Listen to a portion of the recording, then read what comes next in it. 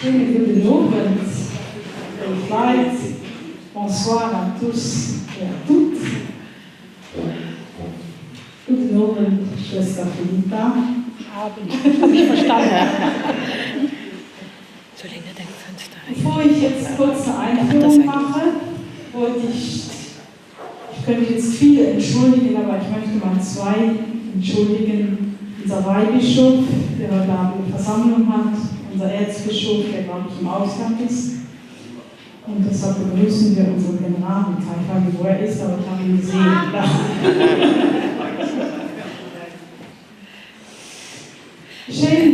Schön, dass ihr alle gekommen seid. Schön, dass ihr alle gekommen seid. Bonjour, Peravi. Ein kurzes Wort zu Beginn, bevor Schwester Philippa loslegt. Wer ist Schwester Philippa? Schwester Philippa ist eine Ordensfrau im Kloster der Benediktinerinnen in St. Hildegard in Rüdesheim. Als junge Frau hat sie, wenn ich richtig informiert bin, Theologie studiert und auch was mit Politik und Journalistik. Und mit 33 hat dann der liebe Gott gesagt, komm ins Kloster. Sie ist Mitglied im Forum Frauen in Diensten und Ämtern der Kirche, hat viel Kontakte mit hauptamtlichen Mitarbeiterinnen und Mitarbeiterinnen, Frauen, Männer, Theologen, Theologinnen, Menschen, die sich hier anvertrauen. Und im Kloster haben sie ein Gästehaus, wo, glaube ich, viel Passage ist, wie man so. Ja, da ist viel Betrieb. Schwester Philippa hat 2 Bücher ausgegeben. Eins davon möchte ich besonders erwähnen, wenn ich richtig verstanden habe. Dann war ihre Mission als Delegierte des Synodalen Weges in Deutschland der Auslöser ihres ersten Buches. Okay, dann mache ich da mal kürzer. Sie erzählt das alles Alles doppelt. Sonst kommt es doppelt. Ja, ich glaube, dann werde ich einfach mal dabei lassen. Ich lasse Sie das dann erzählen von Ihren Büchern. Hat mich besonders sehr, sehr interessiert und sehr gut gefallen. Dann gebe ich Ihnen das Wort im Namen der Kommission Frau in der Kirche, die Diözesane Kommission, und im Namen der katholischen ACRL, Action Catholique des Femmes au Luxembourg, möchte ich Sie ganz herzlich begrüßen. Und der Conférence Nationale des Religieuses, da haben eine ganze Reihe Ordensschwestern hier. Sehr schön, dass ihr da seid. Ich hoffe, dass ich jetzt nicht vergessen habe, wenn nicht, dann bellt ihr. Okay.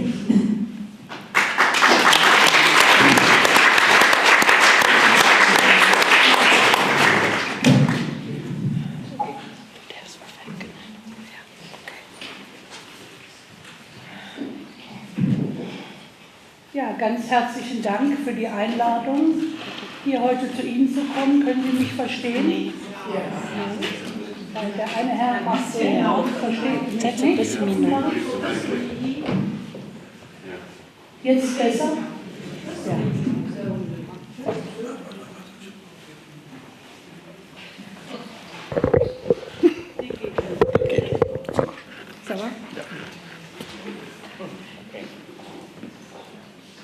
Ja, ich bin jetzt schon seit 2 Tagen hier, hatte schon schöne Begegnungen mit der Frauenkommission. Heute Morgen ein Podiumsgespräch, wo auch Ihr Herr Weihbischof dabei war und 3 andere Podiumsteilnehmer und Teilnehmerinnen. Und ja, fühle mich sehr wohl, kenne Luxemburg schon lange, weil eine meiner leiblichen Schwestern hier lebt oder gelebt hat. Sie ist verstorben, aber ihr Mann lebt jetzt noch hier und ich immer wieder zu Familientreffen hier gewesen bin. Also ich bin sehr gerne da. Ich möchte Ihnen heute Anteil geben an der Entstehungsgeschichte und der Wirkungsgeschichte dieser beiden Bücher. Deshalb habe ich dich gerade abgewürgt. Da brauchen wir hier nicht. So. Und damit auch an meinem persönlichen Weg des Engagements für Frauenrechte in der Kirche. Das war nämlich mir keineswegs in die Wiege gelegt und auch nicht lange überhaupt kein Thema für mich. Und das muss ich ein wenig erklären. Ich bin Benediktinerin, hier sitzt ein hochwürdigster Herr Abt vor mir,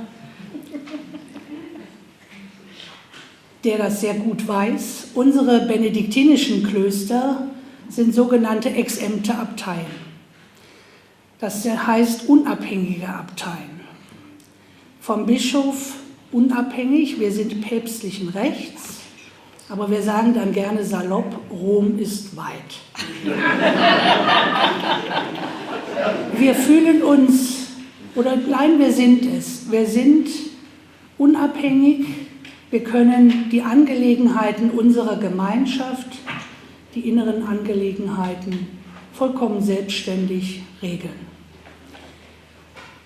Wir haben einen sehr guten Bischof, Bischof Georg Betzing. Wir gehören zum Bistum Limburg, der jetzt Vorsitzender der Deutschen Bischofskonferenz ist. Wir hatten aber auch schon schwierige Bischöfe, brauche da jetzt nicht näher darauf einzugehen. Und wir leben immer in Frieden und in gutem Einvernehmen mit den Bischöfen, weil wir eben unabhängig von ihnen sind. Und auch finanziell unabhängig, was auch sehr wichtig ist. In der Benediktsregel gibt es ein Kapitel 3, wo es um, sag ich mal, Synodalität geht. Den Begriff kannte natürlich der heilige Benedikt nicht.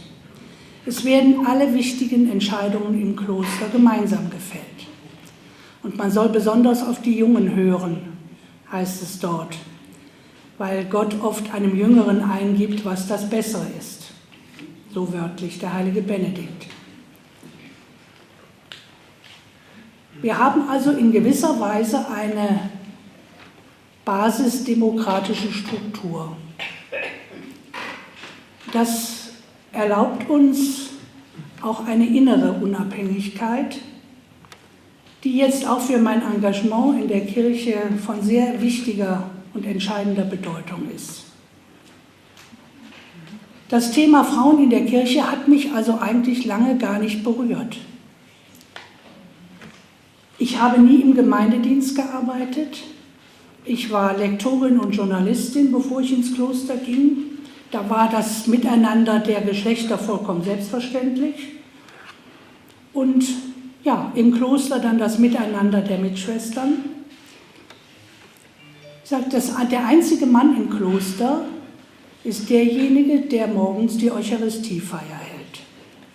Wir hatten lange einen Hausgeistlichen, aber auch jetzt schon seit 20 Jahren keinen mehr. Müssen uns also immer mühen, einen Priester zu haben, was sehr gut gelingt, weil sehr viele bei uns in der Umgebung sind. Auch das hat mich lange überhaupt nicht gestört, dass wir männliche Priester am Altar hatten. Es stört mich erst, seitdem ich weiß, dass 4 unserer Mitschwestern eigentlich eine priesterliche Berufung haben. Und ich mir auch sehr, sehr gut vorstellen könnte, dass die dort vorne stehen. Der auslösende Moment für mein Engagement, den kann ich auf die Uhrzeit genau festlegen. Das war der 7. Oktober 2012 um 10 Uhr. Da wurde die heilige Hildegard, unsere Gründerin, zur Kirchenlehrerin erhoben in Rom. Ich war selbst Postulatorin in diesem Heiligsprechungs- und Kirchenlehrererhebungsverfahren, hatte mich also sehr viel mit Hildegard auch beschäftigt. Und wir fuhren mit 20 Schwestern unseres Konventes, ein Großteil musste zu Hause bleiben, zu Hause das Gebet und die Arbeit muss weitergehen. Und wir hatten in unserer Gruppe 2 Äbtissinnen dabei. Die residierende Äbtissin und die Altäbtissin. Die war damals 90, die residierende 50. Beide haben eine Äbtissinnenweihe. Ich weiß nicht, ob jemand von Ihnen schon einmal bei einer solchen Weihe dabei war. Diese Weihe gleicht zu 95% einer Bischofsweihe. Die Äbtissinnen haben einen Bischofsstab, sie haben einen Ring, einen entsprechenden äbtlichen Ring. Im Mittelalter, das wissen wir heute durch viele Forschungen, hatten die Äbtissinnen deutlich mehr Rechte, als sie heute haben. Aber die Würde und Weihe haben sie bis heute. Und nun kam das berühmte Setting auf dem Petersplatz.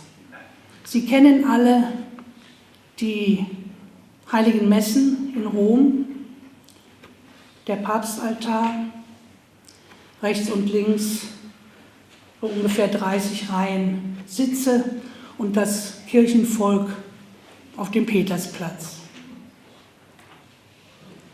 Rechts und links waren 30 Reihen gefüllt mit Kardinälen, Erzbischöfen, Bischöfen, Priestern, Ordensmännern, Diakonen, Ministranten. Hinter den Ministranten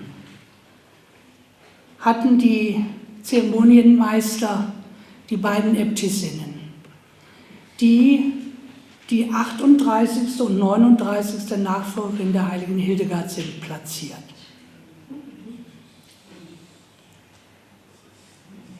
Die residierende Äbtissin musste sich also durch 30 Reihen Kleriker hindurcharbeiten, um dann im entscheidenden Moment zum Papst Benedikt an den Altar zu kommen. Sie hatte dort die Aufgabe, die heilige Hildegard dem Kirchenvolk vorzustellen.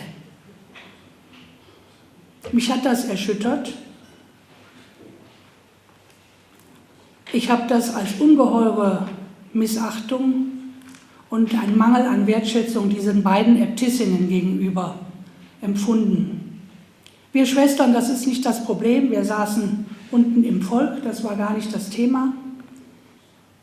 Und ich habe dann hinterher, nach der Messe, den Verantwortlichen der Heiligen Kongregation, mit denen ich viel zu tun hatte, damals war das der Kardinal Amato, der ist jetzt inzwischen nicht mehr im Amt, und der Generalrelator für die Heiligsprechungen, Pater Criscuolo, angesprochen und habe ihnen meinen Eindruck geschildert. Und das war das, was mich dann fast noch mehr erschüttert hat, dass die beiden Herren überhaupt nicht verstanden haben, wovon ich sprach. Es war für sie eine andere Welt. Es war kein Thema. Es war so selbstverständlich, dass Frauen in der Kirche zweite Klasse sind. Und dann hat mich diese Reaktion noch mehr erschüttert. Das ist ein Eindruck, der sich in mir wirklich festgebrannt hat. Und hinterher haben wir uns ausgetauscht in den Köpfen und Herzen der 20 Mitschwestern, die mit waren, genauso. Die beiden Äbtissinnen haben das seelenruhig über sich ergehen lassen, aber sie haben schon gemerkt, was da passierte. Das war ein Auslöser für mich. Ich dachte, so kann es nicht weitergehen. Ganz kurz darauf wurde ich geistliche Begleiterin einer großen KfD-Gruppe, 100 Frauen, die jüngsten 30, die ältesten 90, KfD, Katholische Frauengemeinschaft Deutschlands. Eine sehr lebendige Gruppe von Frauen, die, und das wusste ich gar nicht, ehrenamtlich, alle ehrenamtlich in der Kirche mitarbeiten, die mir dann nach und nach über die Jahre erzählten und berichteten, was sie erleben in den Pfarrgemeinden. Wie sehr sie sich oft ausgebeutet fühlen, diskriminiert fühlen, ausgegrenzt fühlen, bevormundet fühlen, mit großem Elan Gottesdienste vorbereiten. Das ist mit einem Federstrich wurde das dann jeweils von einem Pfarrer weggewischt.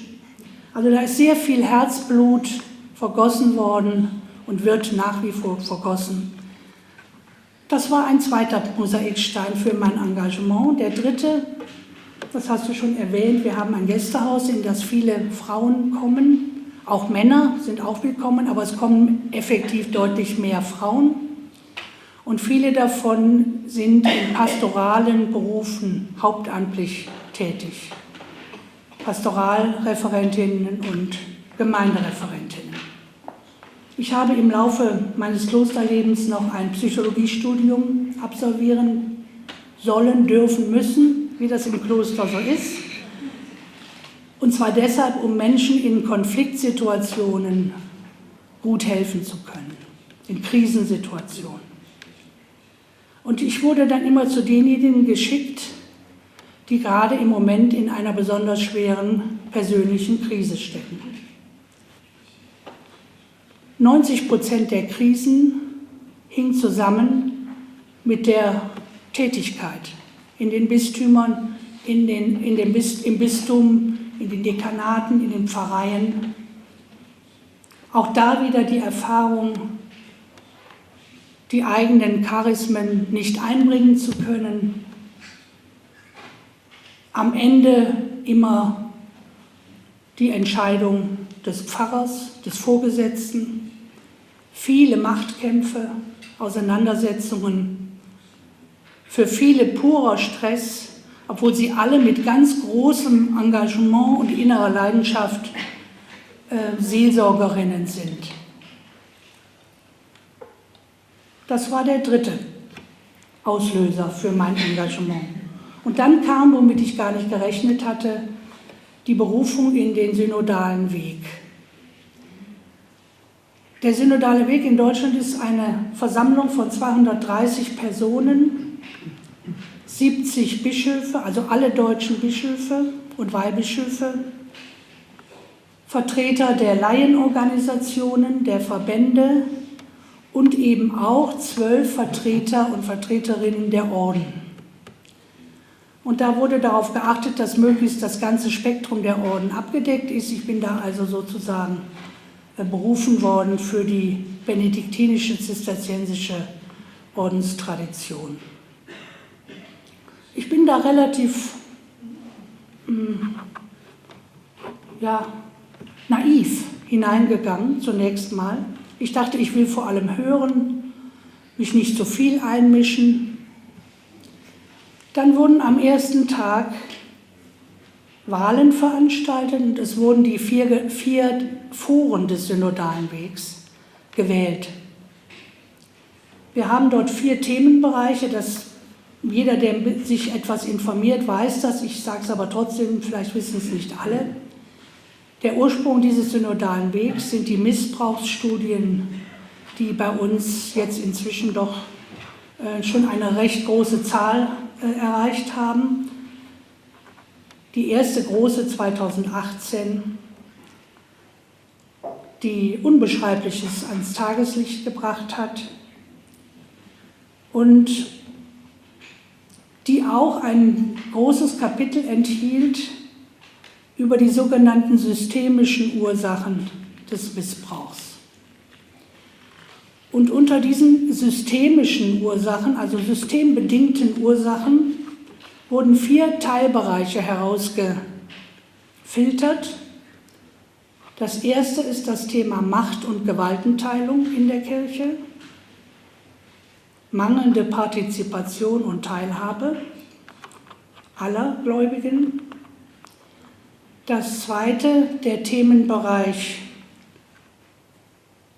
priesterliches Amt, priesterlicher Dienst, priesterliche Existenz, wo also als ein Faktor herausgefiltert wurde, die Überhöhung des geistlichen Amtes. Der dritte Faktor, Frauen, mangelnde Teilhabe und Gleichberechtigung der Frauen in der Kirche. Der vierte, eine unzeitgemäße Sexualmoral. Ich weiß nicht, wie es in Luxemburg ist. Bei uns ist es so, dass, das wage ich wirklich auch so offen auszusprechen, dass das, was die Kirche an Vorgaben in der Sexualmoral, an Hinweisen, oft gut gemeint, festgeschrieben hat, dass das mit der Lebenswirklichkeit der Menschen aber auch gar nichts mehr zu tun hat. Und sehr viele Menschen sich auch in keiner Weise danach richten. Also geht es im vierten Synodalforum um eine Erneuerung oder Neuformulierung der Sexualethik. So, und diese 4 Foren bestehen aus 35 Personen, die dort arbeiten, und ich wurde in das Forum Frauen in Diensten und Ämtern der Kirche gewählt. Ja, nun hatte ich also den Auftrag, da mitzuarbeiten. Wir erarbeiten Textvorlagen, die im synodalen Weg diskutiert, in der Vollversammlung diskutiert und dann auch verabschiedet werden. Ein Text ist erst dann verabschiedet, wenn er mit 2/3 Mehrheit aller Synodalen und auch mit 2/3 Mehrheit der Bischöfe verabschiedet ist. So ist es im Statut festgelegt. Unmittelbar nachdem ich in dieses Forum gewählt wurde, gab es eine Kaffeepause. Kaffeepausen sind, das wissen Sie, sehr wichtig bei Großveranstaltungen. Da passieren oft die wichtigsten Dinge. Ich stand in einer Ecke des großen Kongresszentrums mit 2 Bischöfen und trank eine Tasse Kaffee. Und die beiden Bischöfe sagten mir: Sagen Sie mal, wir wissen überhaupt nicht, was das hier alles soll. Mit dem alles meinten sie das Frauenforum. Und wir wissen auch überhaupt nicht, was diese ganze Frauenfrage immer soll. Es gibt doch überhaupt keine Frauen, die sich zu priesterlichen oder diakonischen Ämtern berufen wissen. Mir stockte der Atem und ich habe dann gesagt: Es tut mir sehr leid, meine Herren, wenn Sie keine kennen. Ich kenne viele. Und dann war die Pause zu Ende. Wie das so ist mit kurzen Pausen. Mich hat aber dieses kurze Gespräch so sehr bewegt, auch aufgeregt, muss ich auch sagen, dass ich mich, als ich zu Hause war, hingesetzt habe und 12 der Frauen, die ich kenne, von denen ich sehr genau weiß, dass sie eine diakonische oder priesterliche Berufung in sich spüren, angeschrieben und habe sie um ein kurzes Lebens-, Glaubens-, Berufungszeugnis gebeten. Meine Idee dahinter war, ich schreibe 12 an, dann bekomme ich etwa statistisch gesehen 3 Antworten. Und mit diesen 3 Antworten gehst du bei der nächsten Sitzung in das Frauenforum, in dem auch die beiden Bischöfe sind, und bringst die ein, liest die vor, um den Horizont zu weiten. Ich hatte also gar keine konkrete Idee, aber ich wollte also gerne doch den Bischöfen zeigen, dass es solche Frauen gibt. Nun ist Folgendes passiert: Ich hatte 12 geschrieben und 5 Wochen später, das war Pfingsten 2020, hatte ich 150 Texte berufener Frauen in meinem Computer. Wie das in digitalen Zeiten ist, jede kennt eine andere, hat das weitergeleitet und die Frauen haben sich hingesetzt, zum Teil nächtelang, haben ihr Leben Revue passieren lassen und haben versucht, ihre Berufungsgeschichte niederzuschreiben. Ich bin normalerweise ein relativ nüchterner Mensch. Ich glaube, das zeichnet unseren Orden auch aus. Aber mich hatten diese Texte erschüttert, total erschüttert. Und ich dachte, es ist unmöglich, jetzt 147 dieser Texte in den Papierkorb zu tun und nur 3 mitzunehmen. Es muss eine andere Lösung gefunden werden. Dann habe ich meinen Verlag angerufen, in dem ich früher mal vor 33 Jahren gearbeitet habe. Habe noch einen Kollegen gefunden, der da war. Der hat sofort gesagt, das ist ein wichtiges Thema, wir machen daraus ein Buch. So ist dann dieses erste Buch entstanden.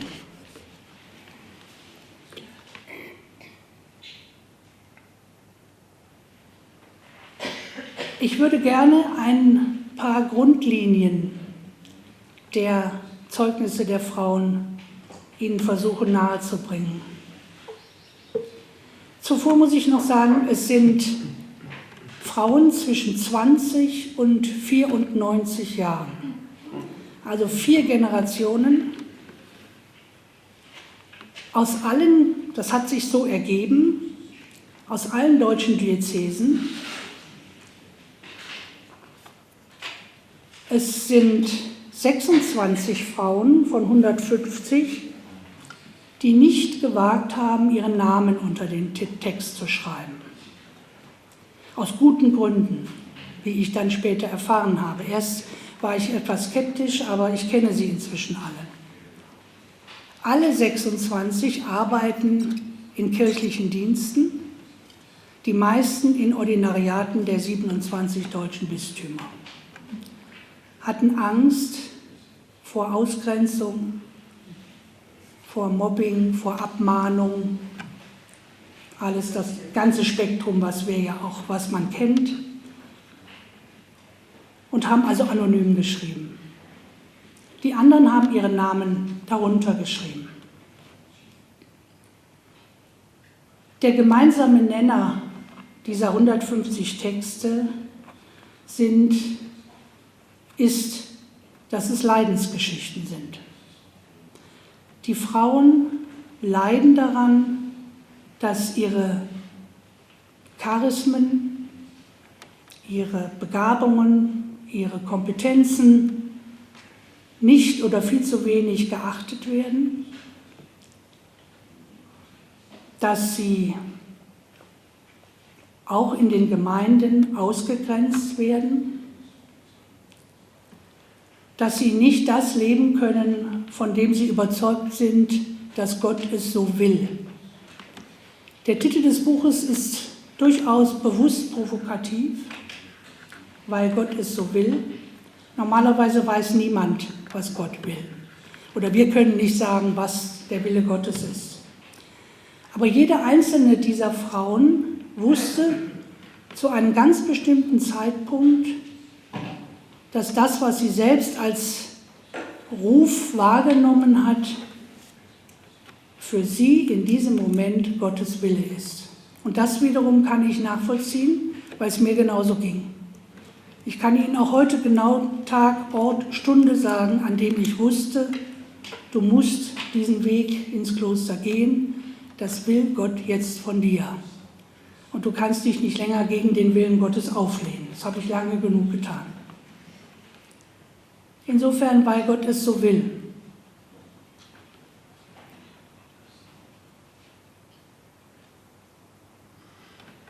Ich würde gerne einige Kostproben, Textproben Ihnen zu Gehör bringen. Wir haben Gott Dank 2 Autorinnen unseres Buches hier sitzen. Marie-Christine Ries und Toni Schreiner, und die auch bereit sind, gleich selber Zeugnis abzulegen.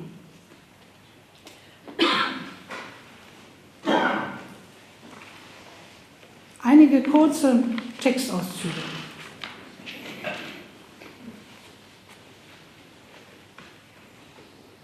Eine der anonymen Autorinnen namens Regina schreibt: Es gehört zur Berufung dazu, dass andere eine Berufung anerkennen und prüfen. Meine Kirchenleitung aber weigert sich, ein Anhören, Prüfen und gegebenenfalls Bestätigen meiner Berufung überhaupt nur in Erwägung zu ziehen. So werden meine Begabungen, die von Gott stammen, missachtet und zugleich wird meine Gottesbeziehung missachtet, aus der heraus ich mich zur Priesterin berufen fühle.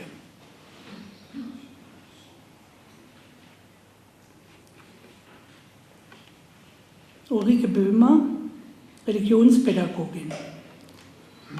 Die Möglichkeit, Priesterin zu werden, war einfach nicht gegeben. Also wurde ich Gemeindereferentin.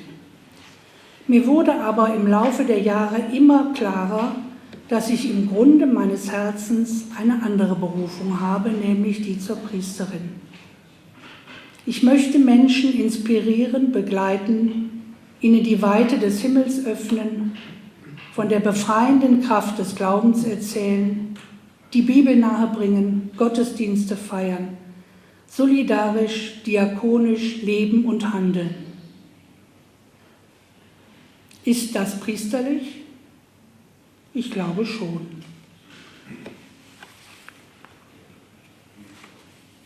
Eine Pastoralreferentin schreibt: Ich darf die Kinder auf die Taufe und Erstkommunion vorbereiten, aber nicht selbst taufen. Und bei der Erstkommunionfeier darf ich nur Statistin sein. Ich darf die Krankenkommunion zu den Menschen bringen, aber den Wunsch der alten Frau, bei mir die Beichte abzulegen, weil es sich von Frau zu Frau leichter sprechen lässt, muss ich abschlagen. In der Altenseelsorge begleite ich Menschen bis zum Tod. Aber ich darf bei der Krankensalbung nur einem fremden Priester den Weg weisen. Ich spreche in Gottesdiensten, in Klammern Wortgottesdiensten, zu den Menschen und erlebe, wie die Worte von Gottes Zuwendung und Barmherzigkeit bei ihnen Frucht tragen. Aber sonntags predigen darf ich nicht.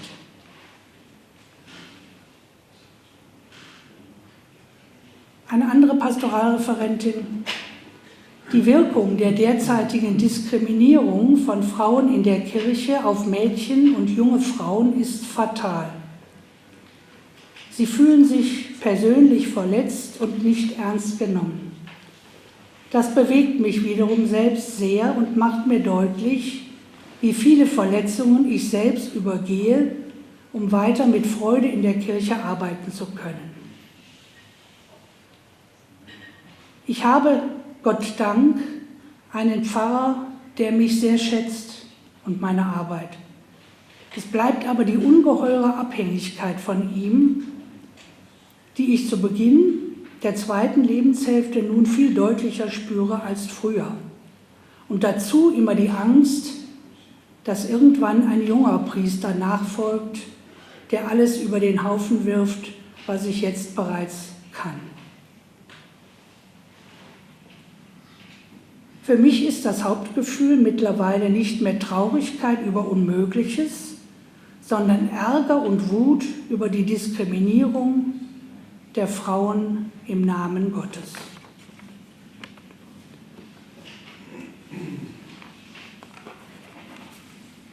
Die Jüngste und die Älteste möchte ich Ihnen nicht vorenthalten. Die Älteste, Jahrgang 1926, also sie nähert sich der 100. Sie war Professorin und Rektorin der Fachhochschule in Mainz, der katholischen. Sie schreibt: Wie gerne wäre ich als Kind Messdienerin geworden. Das ist ein roter Faden, der sich durch sehr viele Texte der Älteren, der Autorinnen 60 plus zieht. Zu meiner Zeit dürften wir auch keine Messdienerinnen werden. Da spürte ich zum ersten Mal, dass mir dies nur aufgrund meines Geschlechts verwehrt wurde. Nach dem Abitur habe ich gegen das Anraten meines Religionslehrers und meines Pfarrers trotzdem Theologie studiert. Ich wäre mit großer Freude und hohem Engagement Priesterin geworden. Es wurde mir verwehrt. Dann habe ich die akademische Laufbahn eingeschlagen und bin als Professorin tätig gewesen. Ich hoffe jetzt in meinem hohen Alter nur noch, dass der synodale Weg auch ein Weg zur längst überfälligen Gleichberechtigung der Frauen in der Kirche wird.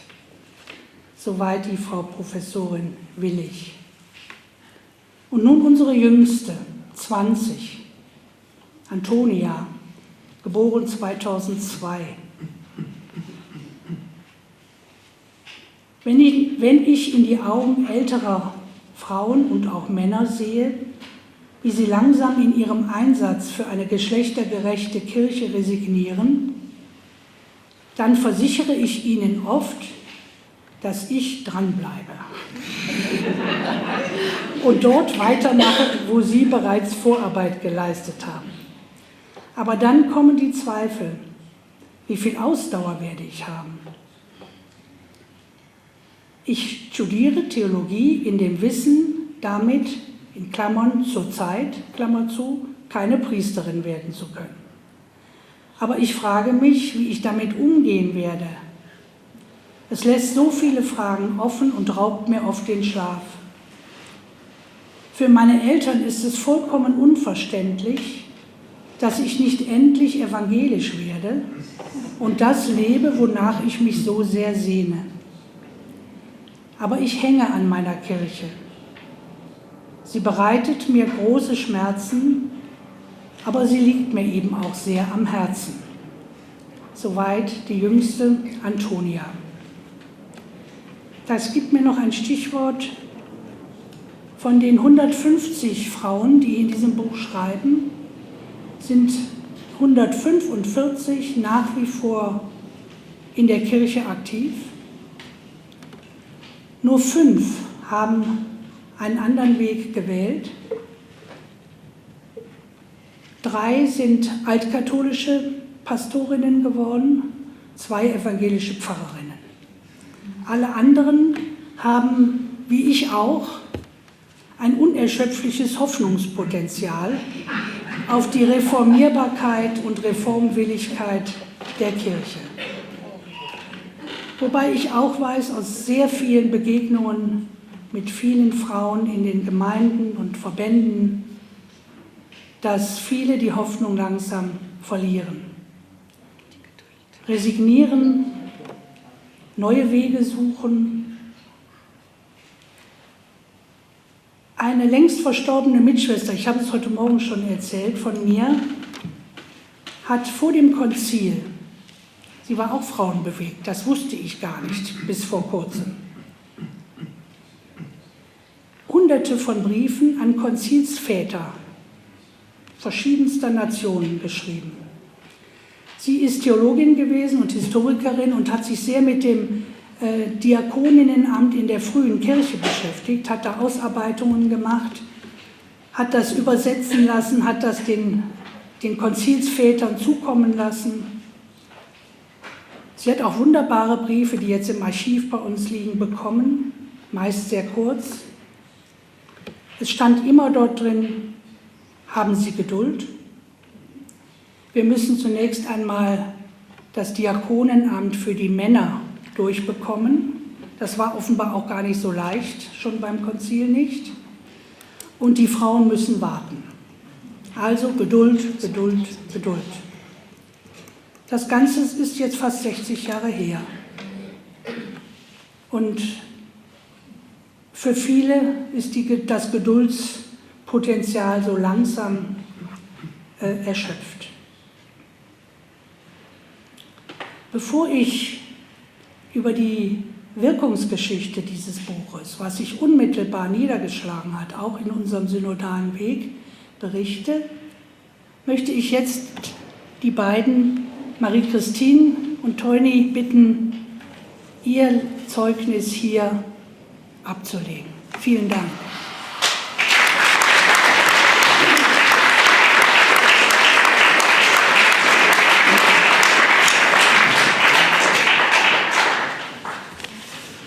liebe Schwester Philippa, leif alle Guten, die daheim sind. 2 Vorbemerkungen, die ich als Hintergrund einfach ansetzen möchte. Die mich kennen, wissen, dass manchmal mein Temperament mit mir durchgeht. Deshalb 2 Vorbemerkungen. Kirche ist meine Familie und meine Heimat. Und deshalb liegt sie mir am Herzen. Ich engagiere mich in dieser Kirche, aber ich gebe mich nicht zufrieden damit, wie sie ist. Insbesondere nicht, was die Diskriminierung der Frauen angeht. Und zweitens, ohne den Glauben wäre ich nicht die Frau, die ich heute bin. Vor allem ohne den geteilten Glauben und den erlebten Glauben von sehr, sehr, sehr vielen Frauen.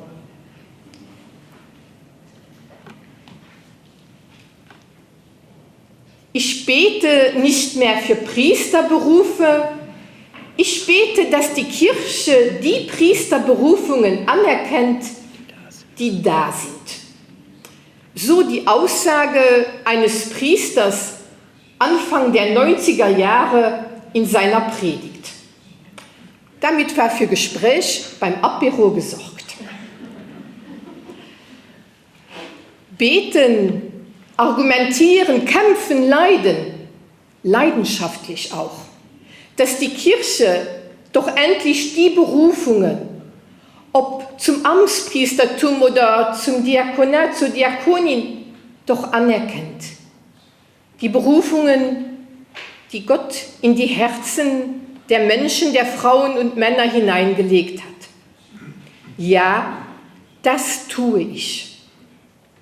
Und es ist und bleibt für mich unverständlich, dass die katholische Kirche bewusst auf die Berufungen von Frauen und zum Teil der von verheirateten Männern, ich möchte es erwähnen, ganz einfach freiwillig und konsequent verzichtet.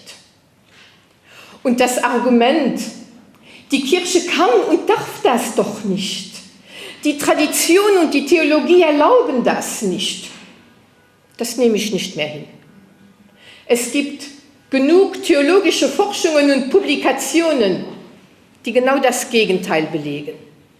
Und das wäre doch endlich an der Zeit, einen theologischen Diskurs zu starten, in dem alle Seiten gehört werden und ihre Forschungsergebnisse präsentieren dürfen und einen Austausch auf Augenhöhe begegnen können.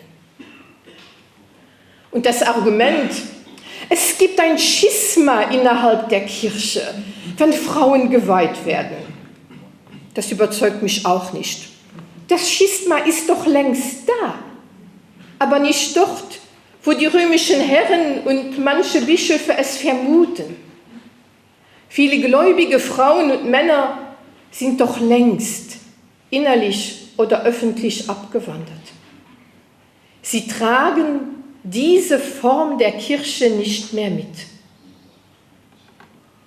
Und dann natürlich ist das auch eine Frage der Gleichberechtigung. Wenn wir uns im Saal umschauen, es sind wenige junge Frauen hier. Für die ist das Thema gegessen. Die verstehen es einfach nicht. Die erleben, dass Gleichberechtigung in der Welt, in der Gesellschaft, im Beruf möglich ist und akzeptieren nicht, dass Frauen in der Kirche weiterhin diskriminiert werden. Und wenn die Kirche zu gesellschaftlichen Gremien sagt, erkennt die Kompetenz der Frauen mit an, gebt ihnen doch Verantwortung, teilt die Verantwortung mit ihnen, dann denke ich mir immer, na, lieber Papst, lieber Kardinal, lieber Bischof, dann fang doch mal bitte mit dem guten Beispiel an. Ich möchte nur ganz kurz auf das eingehen, was ich im Buch über meine Berufung geschrieben habe. für mich war sehr früh klar, dass ich als Frau in der Pastoral arbeiten möchte. Gab es natürlich noch nicht in Luxemburg. Wer Theologie studieren ging, studierte auch Lehramt. Und wir hatten damals das große Glück, einen Generalvikar in Luxemburg zu haben, der weitergedacht hat. Der wusste, in Deutschland, in Österreich, in der Schweiz gibt es schon sowas. Und der hat dann zu mir gesagt, geh mal studieren, ich verspreche, du kriegst eine Stelle. Und das war auch so. Als ich dann nach dem Studium zurückkam, ja, da war in der ersten Pfarrei, wo ich gearbeitet habe, haben die Leute sich gefragt, ja, wer ist sie denn? Ich habe sofort angefangen, der damalige Dachant hat gesagt, ich möchte, dass du predigst, und zwar jeden Sonntagabend. War eine Herausforderung und ich habe es sehr, sehr gerne gemacht. Und für die Leute in Mersch haben mir dann gesagt, wir haben uns gefragt, wer ist diese Frau in Rot? Und nach und nach war dann, ja, das ist die Marie-Christine. Ja, und was arbeitet die? Ja, irgendwas mit Pastoral, so eine Art Kaplan. Ich habe damals erlebt, dass die Kirche sich geweitet hat. Ich erinnere mich so an die ersten Einladungen aus dem Ordinariat. Lieber Mitbruder. Oder so Spendenaufrufe. Lieber Mitbruder. Und da habe ich mir gesagt, also auf Spendenaufrufe antworte ich gar nicht mehr. Ich bin ja kein Mitbruder. Und wir haben dann zu mehreren Kolleginnen und Kollegen das gemacht. Und wir haben erlebt, dass sich die Kirche sich verändert hat. Und dass durch unsere Arbeit, auch durch unser Schaffen und durch die Menschen, die Frauen und Männer, die wir sind, dass eine Öffnung möglich wurde. Und für mich war dann irgendwann, ich glaube, da war ich Ende 20, klar an sich, ja, meine Berufung zur Pastoralassistentin, die ist jetzt da. Aber an sich da ist noch was anderes. Da ist eine Berufung zur Priesterin und die ist nicht möglich. Aber in der Zeit war ich naiv. Ich habe gedacht, in 40, 50 Jahren sind wir soweit. Vielleicht in 400, 500 Jahren, ich weiß es nicht. Nee, ich bin an sich eine hoffnungsfrohe Frau. Ich denke auch, weil ich einen kämpferischen Charakter habe und ja, einfach auch das Glück habe, in Gemeinschaften zu leben und verwurzelt zu sein, die diese Berufung mittragen und die mein Kämpfen und Leiden, aber auch meine Freude und all das mir einfach mittragen. Ich erinnere mich noch sehr gut, als der Text von Johannes Paul II. Rauskam über die nur den Männern erlaubte Priester war, ich weiß den Text nicht mehr genau, und dass jetzt alle Diskussionen aufzuhören hätten. Es ist entschieden. Da habe ich mir an dem Abend überlegt, konvertiere ich zu den Anglikanern. Ich fand es eine Frechheit, dass jemand das Denken verbietet. Und Anfang der 2000er Jahre, da hat das Forum Luxemburg da mal bei mir angefragt über einen Artikel über Frauenpriestertum. Habe ich natürlich was geschrieben. Die Nunziatur hat sich dann bei meinen 2 damaligen Chefs beschwert. Nicht bei mir. Wieso ich sowas geschrieben hätte, ob sie mich nicht im Griff hätten. Auf die Art und Weise hat es einer der Priester mir zurückerzählt. Ist doch schlimm, können die nicht mit mir selbst reden? Es gab Momente, einer der Momente war dieser Text, die Publikation des Textes, und ein anderer Moment war, da hatte ich schon über 15 Jahre gearbeitet. Ich war an einer neuen Stelle, es kam ein neuer, relativ junger Priester, der dann endlich Pfarrer war. Und wenn wir zusammen ausgetauscht haben und er kam nicht mehr weiter, hatte keine Argumente mehr, dann hat er zu mir gesagt, ich bin geweiht und du nicht. Klar, aber das konnte ich natürlich als Argument nicht stehen lassen. Ich habe auch Theologie studiert. Wenn er keine Argumente hat, dann soll er bitte Argumente suchen, aber nicht mit so einem Totschläger. Das hat mir dann, wie soll ich sagen, die ungefragte Gelegenheit gegeben, den Generalvikar etwas öfters zu sehen. Und dessen Reaktion war, ach, du weißt doch, wie der ist. Lass ihn in Ruhe. Mach jetzt keinen Stress. Meine innere Reaktion, Sie wissen also noch nicht, wie ich bin. Und habe mich gewehrt, bis etwas an der Situation geändert hat. Das war möglich. Wenn ich meiner Berufung nachgehe, dann ist es, weil ich immer wusste und auch weiß, Gott will mich da, wo ich bin. Auch wenn diese Berufung, sie gibt mir sehr viel Kraft, aber sie ist ein Leiden an der Kirche. Und es ist auch immer mehr eine Ungeduld da.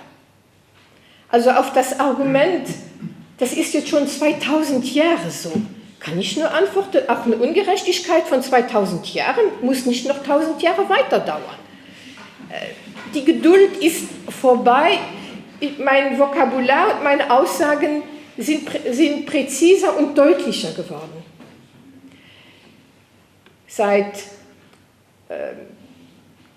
Als ich angefangen habe mit Arbeiten, ging ich in Supervision und in der Supervision habe ich gelernt, überlege sehr gut, wem du Macht über deine Entscheidungen gibst.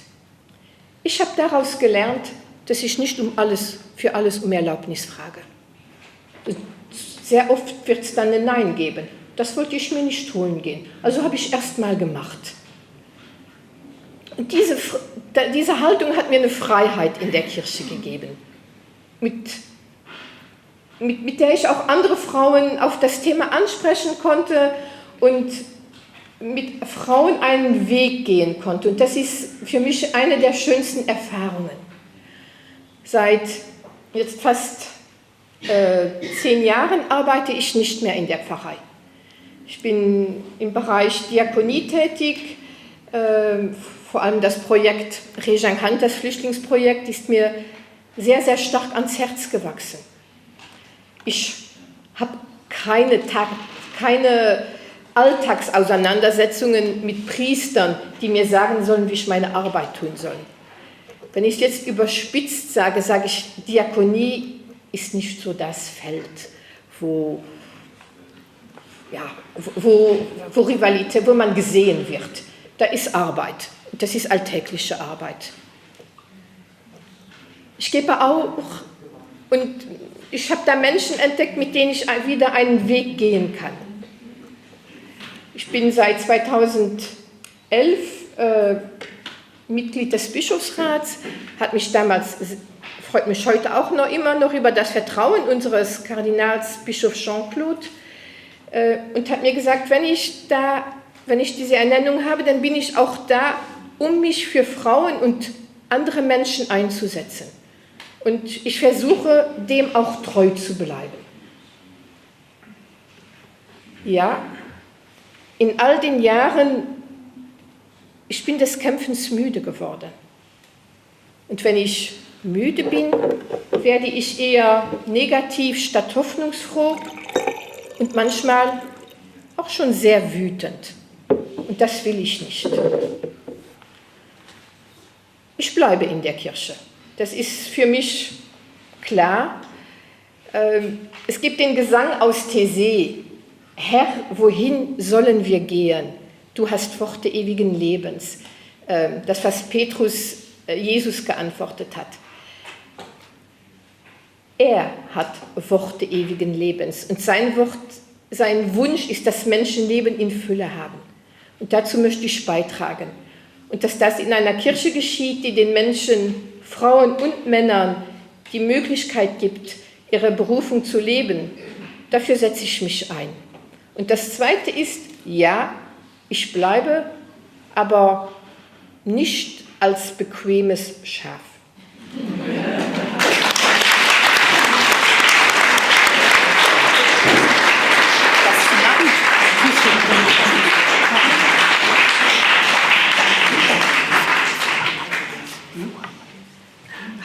Guten Abend, mein Name ist Toni Schreiner.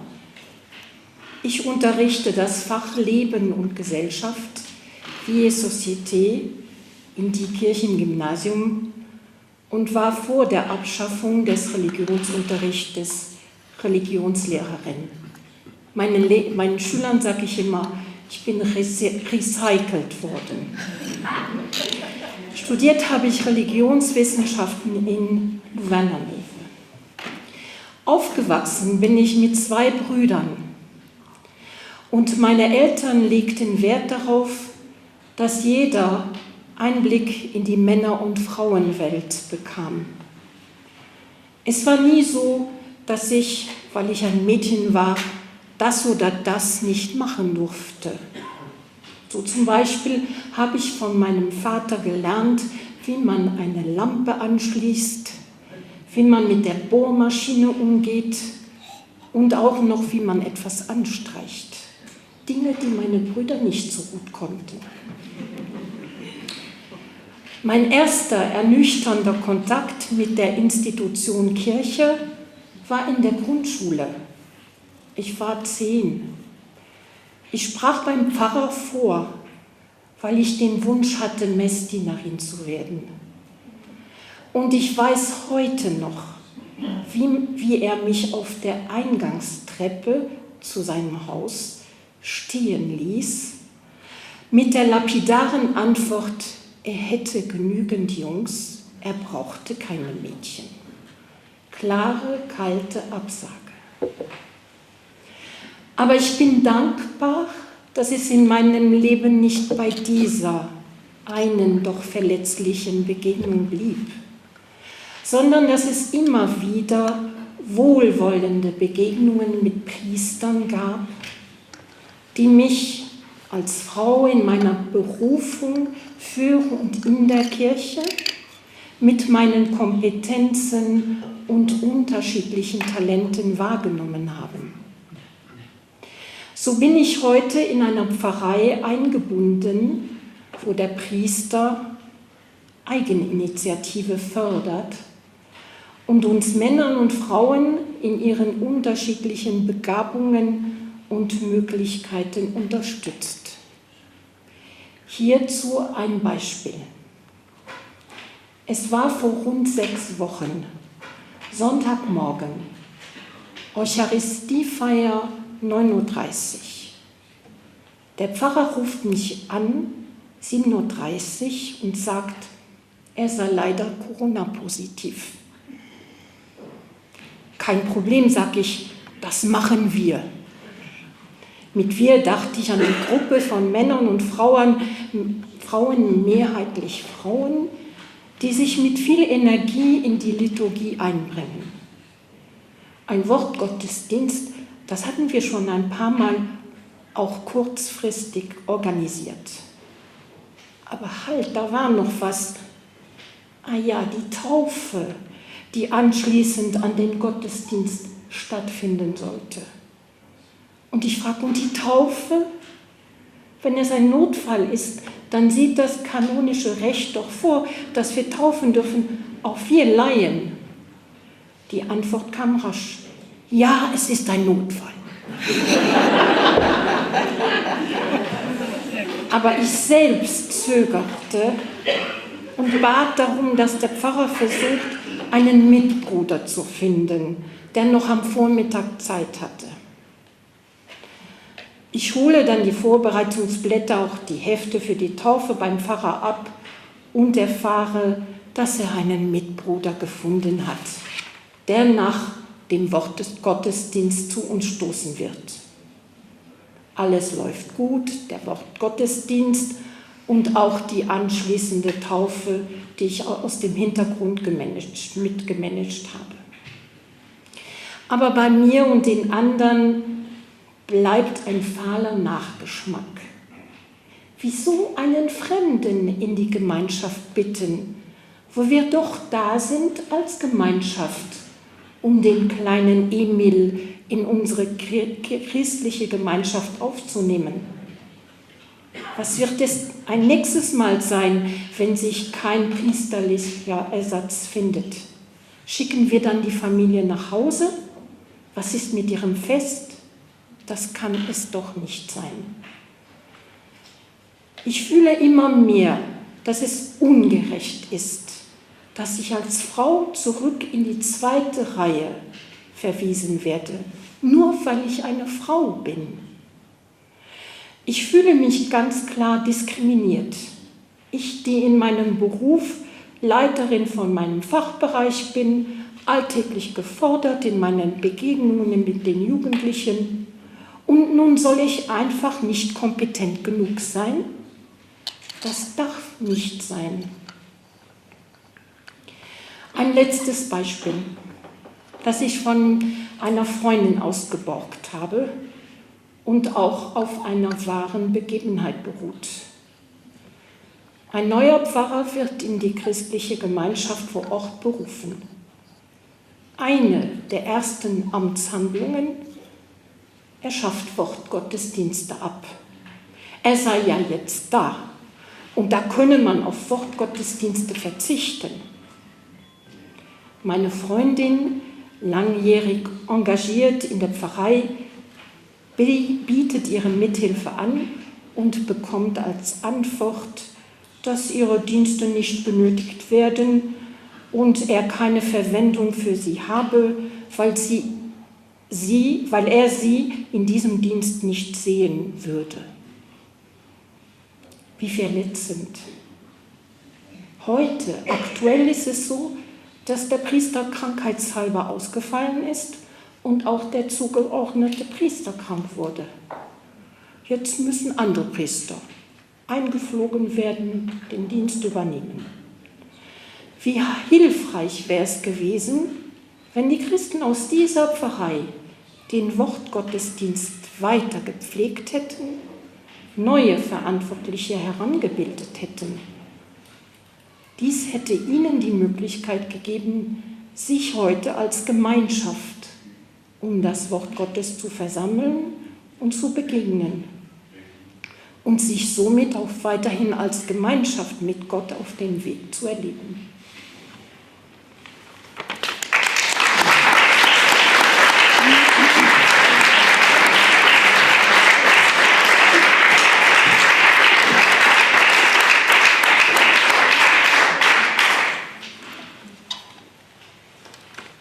Ich weiß nicht, wie Sie es sehen. Ich habe den Eindruck, wir hätten hier zwei wunderbare Priesterinnen. Danke euch beiden.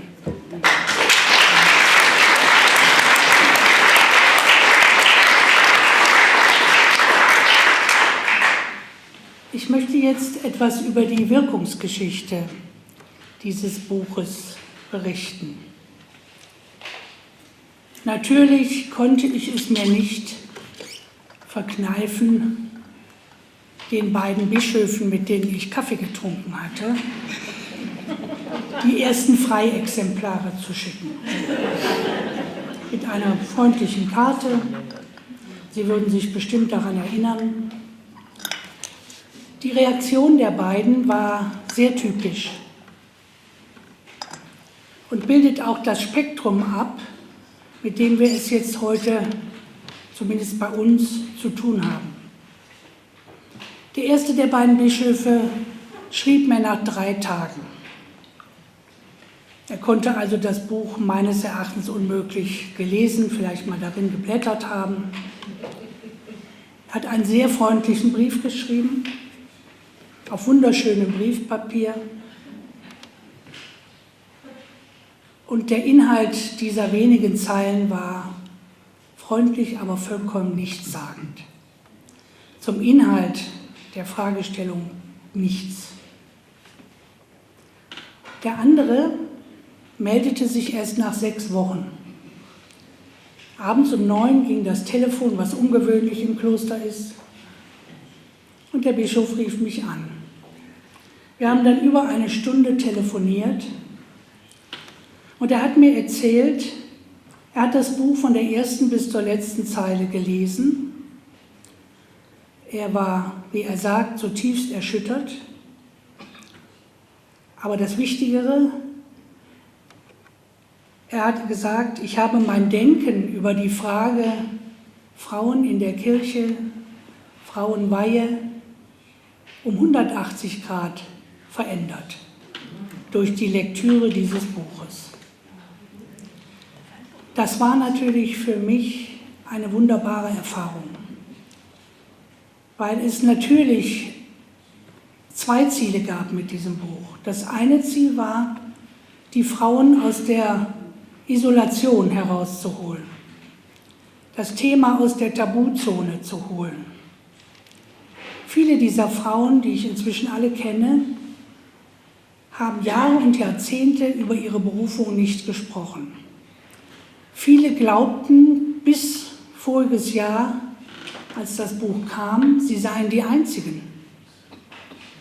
Wir haben dann sehr bald, in Corona-Zeiten haben wir das alles gelernt, uns in Zoom-Konferenzen mit allen Autorinnen getroffen, regelmäßig. Das erste Treffen war so, als ob wir uns schon immer gekannt hätten. Und sehr viele berichteten, eine sagte als Vergleich, ich dachte immer, ich sei eine einsame Wölfin und jetzt sehe ich, dass wir ein großes Rudel sind. Und dieses große Rudel hat sich miteinander vernetzt, es sind Freundschaften entstanden. Es ist wichtig, gemeinsam auf dem Weg zu sein. Das gibt unendliche Kraft, das sagen die Frauen auch. Das war wichtig. In dem bischöflichen Telefonat kam auch der Satz, endlich ist das Thema auf dem Tisch. Es war immer irgendwie da, so da unten, unterschwellig. Jetzt können wir an dem Thema nicht mehr vorbei. Der hat mir dann versprochen, dass das Thema nicht wieder vom Tisch verschwindet, bis sich etwas geändert hat.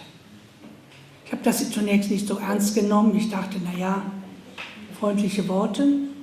Aber ich sehe es im synodalen Weg. Er ist jetzt heute einer derjenigen, der sich am intensivsten einsetzt für die Anliegen der Frauen.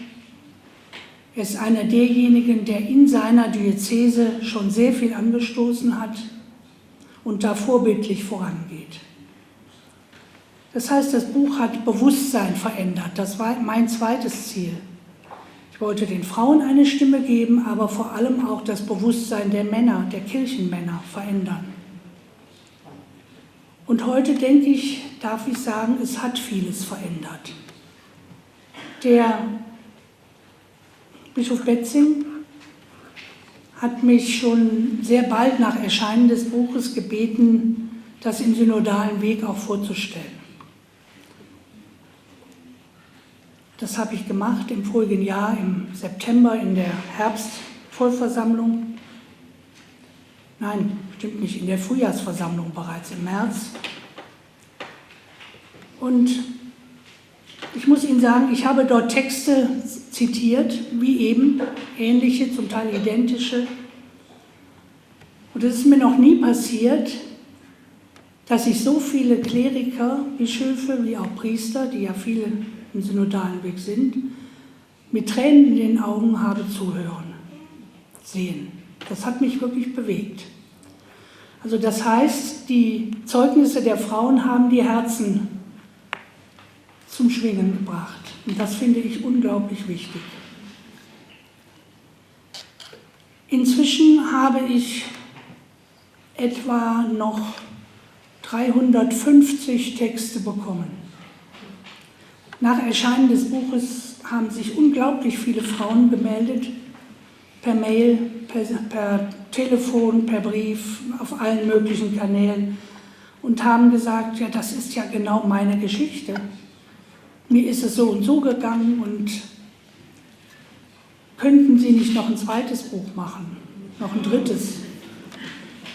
Da musste ich die Frauen enttäuschen. Es hätte keinen aus verlagspolitischer Sicht Mehrwert gebracht, weil die Geschichten dann doch ähnlich sind. Es sind Leidens-, Diskriminierungs-, Ausgrenzungs- und sonst wie Geschichten. Aber ich will damit nur sagen, die 150 sind die Spitze eines Eisbergs. Inzwischen haben sich die Frauenverbände aus Südtirol und Österreich gemeldet und haben gesagt, wir wussten gar nichts von deiner Initiative. Wir könnten doch auch noch, wir haben auch so viele Frauen. Wir haben Texte aus vielen europäischen Ländern bekommen, anderen. Wir sind jetzt dabei, eine eigene Webseite aufzumachen, wo wir diese Texte alle dann zusätzlich veröffentlichen. Das geht ja heute auch wunderbar. Ich will damit nur sagen, es haben sich viele ermutigt gefühlt, durch das Zeugnis der Frauen ihre eigenen Erfahrungen zu berichten. Im synodalen Weg bei uns, im Frauenforum, haben diese Texte sehr viel ins Rollen gebracht,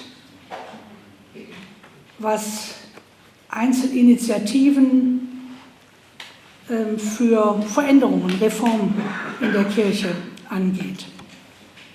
Ich sage nur einige wenige Beispiele. Es werden, ich sagte das, in den Foren werden Handlungsoptionen, Texte erarbeitet, was kann geschehen, um dem Ziel der Geschlechtergerechtigkeit näher zu kommen. Es gibt das große Ziel. Das große Ziel ist die Diakoninnen- und Priesterinnenweihe. Aber es gibt auch viele kleinere Ziele, Zwischenziele, die jetzt schon in den einzelnen Diözesen umgesetzt werden können. Die anderen Fragen, das wissen wir alle, müssen in Rom entschieden werden. Heute Morgen sagte der Weihbischof, und da bin ich mit ihm auch ganz klar, dazu wird es ein drittes Vatikanisches Konzil brauchen, um solche grundlegenden Fragen zu entscheiden. Aber es gibt eben die anderen Fragen. Also nur ein Beispiel oder ein paar Beispiele. Zunächst einmal die Änderung der Predigtordnung. Wie Marie-Christine und Toni sagten, in den 80er Jahren war das Predigen der Frauen selbstverständlich, bei uns auch. Es wurde hinterher wieder zurückgenommen. Jetzt ist also dringend angesagt, dieses Predigtverbot wieder aufzuheben. Dann gibt es einen sogenannten Handlungstext zum Thema Leitung von Pfarreien, Gemeinden und pastoralen Räumen. Das sind bei uns die Größenordnungen, dass künftig Frauen, Laien mit der Gemeindeleitung beauftragt werden können. Da gehen einige Bistümer jetzt voran. Es gibt erste Gemeindeleiterinnen und wie wir hören, von den zuständigen Bischöfen auch akzeptiert und weithin akzeptiert von den Gläubigen. Dann geht es darum, Frauen in Leitungsämter der Ordinariate, der Diözesen verstärkt einzubringen, auch mit Selbstverpflichtung der Bischöfe zu bestimmten Quoten. Da ist ein Spielraum gesetzt von 30% bis 50%. Das ist schon ein Riesenfortschritt gegenüber dem, was wir im Moment haben. Frauen an theologischen Fakultäten, Instituten und kirchlichen Hochschulen, die bei uns immer noch weit unterrepräsentiert sind, auf den Lehrstühlen der Theologie, obwohl es hervorragende Theologinnen gibt. Alleine in unserem Frauenforum haben wir 8 Professorinnen der verschiedensten theologischen Bereiche, von der Exegetin bis zur Dogmatikerin ist alles da. Sehr qualifizierte Frauen, die aber zum Teil bisher immer noch, wo Männer den Frauen vorgezogen werden für die Lehrstühle. Ein sehr wichtiger Punkt, der im Moment in Arbeit ist, der ist noch gar nicht diskutiert, aber ich kann davon schon ein wenig erzählen, wird sein, das kam jetzt hier auch Stichwort Taufe, dass es künftig möglich ist, dass die Bischöfe, ja, wie sagt man, für einzelne Sakramente Sonderbeauftragungen ergehen.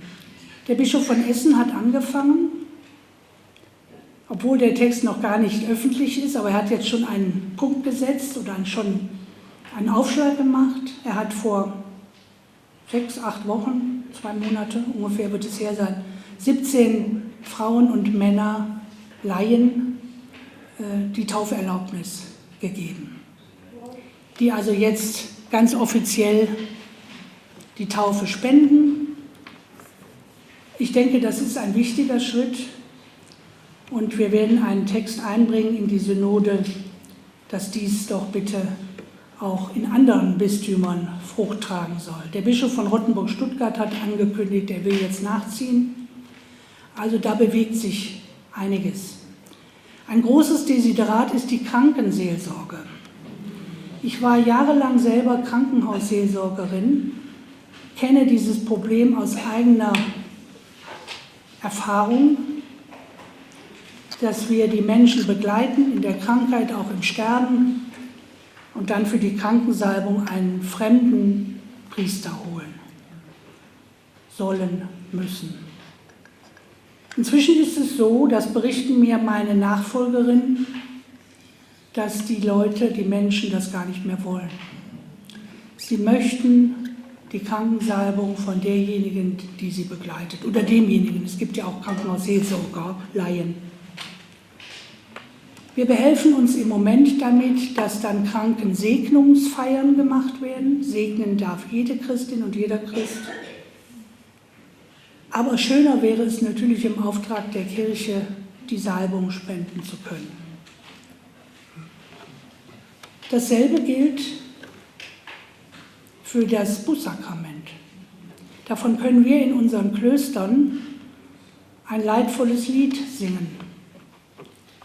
Ich sagte eingangs, wir haben ein Gästehaus, es kommen viele Frauen und Männer, die im Zuge der Exerzitien dann auch eine Art Lebensbeichte ablegen, bei derjenigen, die sie begleitet.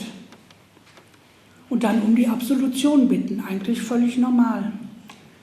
Und wir dann sagen müssen, wir dürfen ihnen die Absolution nicht erzählen, das ist dem Priester vorbehalten, aber wir können gemeinsam zum barmherzigen Gott bitten, um Vergebung. Dann aber sagen, das mache ich auch immer, wir haben Pfarrer unten, Ortspfarrer, oder gehen Sie dann zu Ihrem Ortspfarrer, wo immer die Menschen herkommen, zur Beichte noch. Ich habe nie eine Umfrage gemacht, aber ich bin mir 100% sicher, dass keine von denen noch einen Beichtstuhl betritt. Ich weiß es nicht, aber ich glaube es. Zumal ich einige Priester begleite, die darunter unsäglich leiden, dass niemand zur Beichte kommt.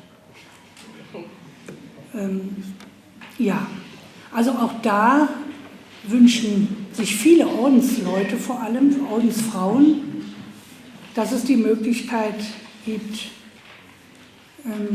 mit Sondererlaubnissen sich zu behelfen, solange das Problem nicht grundsätzlich geklärt ist. Des Weiteren gilt das für die Eheassistenz. Wir wissen, dass das Sakrament der Ehe sich die Eheleute gegenseitig spenden und eigentlich der Priester Zeuge dieses Sakramentes ist. Und viele möchten, dass auch mal ein pastoraler Mitarbeiter oder eine pastorale Mitarbeiterin dieses Sakrament als Zeuge dabei ist. In der Schweiz ist bekannterweise vieles möglich, was bei uns noch unmöglich ist. Ich mache immer am Bodensee Urlaub und bin dann sehr viel im Bistum St. Gallen. Da ist es vollkommen selbstverständlich, dass das geht. Also es ist noch viel Spielraum da, den die Bischöfe in den ihren Diözesen nutzen können. Ich glaube, ein Problem ist dabei die Angst. Es sind einige Bischöfe, die sehr mutig sind, sich auch sehr mutig einsetzen, auch gegen den Trend in der offiziellen Kirche. Aber viele haben auch nicht den Mut, voranzugehen. Deshalb braucht es, und das ist immer mein Haupttun bei den Synodalversammlungen, mit diesen Bischöfen, die vorangehen, zu sprechen, dass sie wirklich den anderen auch Mut machen, dass sie sich auch miteinander vernetzen, so wie sich die Gruppe derjenigen, die sich den Reformen verweigern, sehr gut vernetzt haben. Es gibt inzwischen eine Reihe von Querschlägen, die versuchen, bei uns den synodalen Weg auszubremsen oder zu blockieren, wo immer es geht. Aber es ist eine Minderheit und das müssen wir zur Kenntnis nehmen. Es ist eine Minderheit von ca. 20% bei uns, aber eine sehr gut vernetzte und sehr laute Minderheit. Ich möchte Ihnen jetzt noch ein wenig erzählen von den Reaktionen der Männer auf das Frauenbuch. Ich habe schon erzählt, im synodalen Weg hat es also sehr viel bewirkt und ist weiter dabei zu wirken. Auch das Thema Berufung der Frauen soll auch ein Thema werden in den grundlegenden Texten des synodalen Wegs. Ich habe etwa 50 Briefe und Mails bekommen von Kirchenmännern auf dieses Buch der Frauen. Das hat mich besonders gefreut. Sie waren alle positiv. Sie haben sich bedankt für das Zeugnis der Frauen. Sie haben gefragt, was können wir tun? Wir würden uns gerne solidarisieren mit dem Anliegen der Frauen. Und dann im Lesen dieser Briefe kam mir der Gedanke, ja, wir brauchen eigentlich ein Komplementärband, eine Antwort der Männer der Kirche. Die 50, die sich schon gemeldet hatten, habe ich angefragt, wären sie bereit, einen Beitrag für ein zweites Buch zu schreiben. Keiner hat abgesagt. Und dann habe ich mir einen Mitherausgeber gesucht. Ich dachte, ein Kirchenmännerbuch, da sollte vielleicht auch ein männlicher, möglichst Priester, Mitherausgeber sein. Und ein guter Freund von mir ist Hochschulpfarrer in Würzburg, Burkhard Hose, der sofort zugesagt hat. Und wir haben uns dann hingesetzt und haben die 50 ergänzt um 60 weitere Namen, die uns einfielen, die wir fragen könnten. Wären sie bereit, einen Beitrag zu schreiben? Wir wollten auch ähnlich wie bei den Frauen möglichst mehrere Generationen. Wir wollten Laien, Priester, Ordensmänner, Bischöfe, also eine bunte Mischung von Autoren haben. 110 haben wir angefragt, geworden sind es 105. 2 haben abgesagt, interessanterweise aus Angst. Beide sind dabei, einen Lehrstuhl zu besetzen an einer Universität, beide Priester, und hatten nicht den Mut, einen Beitrag zu schreiben, weil sie Angst hatten, das Nihil Obstet nicht zu bekommen. 3 Beiträge sind herausgefallen. Wir hatten sie gebeten, ein persönliches Zeugnis zu geben, keinen theologischen Traktat. Die theologischen Argumente für die Frauenweihe liegen seit langem auf dem Tisch. Und wie wir sagten, wir brauchen nicht nochmal dasselbe. Wir möchten ihre persönlichen Erfahrungen. 3 haben das nicht geschafft. Sie haben einen 15-Seiten-Traktat geschrieben und waren dann auch nicht bereit, entsprechende Kürzungsvorschläge anzunehmen. Und dann mussten wir leider sagen, dann nicht. Darunter war auch ein Bischof, der es mir sehr übel genommen hat. Aber es war halt so. Und was mich besonders bewegt hat bei diesen Texten ist, dass viele beschreiben, wie ihr Umkehrweg gegangen ist. Die allermeisten waren früher glühende Gegner der Frauenweihe und sind heute glühende Verfechter. Und diese Erfahrungen, diesen Erfahrungshorizont wollten wir hören und es haben dann auch viele geschrieben. Ein paar Beispiele nur. Einer schrieb, ein Generalvikar, ein Kollege von Ihnen: Die schönsten Gottesdienste für mich sind die ökumenischen, wenn ich mit einer evangelischen Bischöfin oder Pfarrerin am Altar stehe. Und daran merke ich, wie sehr uns die Frauen am Altar fehlen. Ein anderer hat geschrieben, ich habe seit 30 Jahren eine geistliche Begleiterin, eine Ordensschwester. Ohne sie wäre ich nie da, wo ich heute bin. Und ich habe ihr unendlich viel zu verdanken und könnte mir sie wunderbar als Priesterin vorstellen.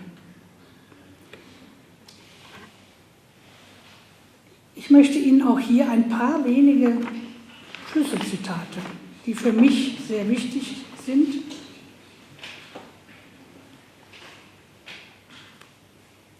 Nikolaus Branschen, Jesuitenpater und Professor, schreibt: Ich sage in aller Deutlichkeit, die Kirche der Zukunft wird eine sein, in der Frauen und Männer gleichwertig und gleichberechtigt priesterliche Dienste ausüben, oder sie wird nicht mehr sein.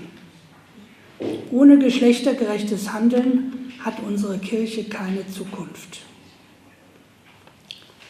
Der Stadtdekan von Frankfurt, Johannes zu Elz, schreibt: Kein Mensch bei Verstand hat je im religiösen Sinne daran geglaubt, dass das Amt Männern vorbehalten und Frauen verweigert werden müsse. Im neuen Äon hebt die Einheit der Gläubigen in Christus ihre Unterschiede so auf, dass sie lebensförderlich werden. Wenn der Papst und unsere Bischöfe keine Gegengründe auf diesem Niveau geltend machen können, sollten sie um 5 nach 12 die Zeichen der Zeit richtig deuten und mit den Frauen, die überhaupt noch bereit sind, eine Weihe zu empfangen, die Zeit der Gnade gekommen sehen. Das ist für mich übrigens auch eine ganz wichtige Frage. Je länger das dauert, desto weniger werden überhaupt noch bereit sein dafür, für ein Amt in der Kirche. Ein lieber Mitbruder von mir, der war Professor an der Gregoriana und in Sant'Anselmo, unserer Ordenshochschule in Rom, Elmar Salmann. Wenn die Bischöfe in einer synoptischen Schau die Schattenrisse sähen, die von Zölibatsregelung, Verweigerung des Zugangs der Frauen zum Amt, der Sexualmoral ausgelöst wurden, und sähen, was da an Verdrehungen, schiefen Kompensationen, Projektionen und Scheitern, an Doppelleben, unausgeschöpften Ressourcen, nie gehobenen Berufungen, falschen Konflikten angehäuft wird, einen solchen Anblick würden sie nicht überleben. Sie würden vor Schreck, vor Scham und vor Hilflosigkeit tot umfallen. Ein Pfarrer aus Paderborn, der sich sehr engagiert hat in der Bewegung Out in Church, davon haben Sie wahrscheinlich hier auch mitbekommen, die auch Unglaubliches in Bewegung gesetzt hat, schreibt: Verunmöglichen oder erschweren wir Männer in der Kirche, dass sich Gott den Gesetzen unserer Zeit unterwirft? Ich denke, ja. Was wäre aber, wenn wir Männer nicht mehr mitspielten? Was wäre, wir würden sagen, wenn Frauen in der Kirche nicht zu Priesterinnen geweiht werden dürfen, nur weil sie Frauen sind, dann ist das nicht nur ungerecht, sondern wir selbst tragen zu dieser Ungerechtigkeit bei, indem wir uns als Männer darauf einlassen. Jetzt mal einer der hochwürdigen Bischöfe, Kardinal Marx, München.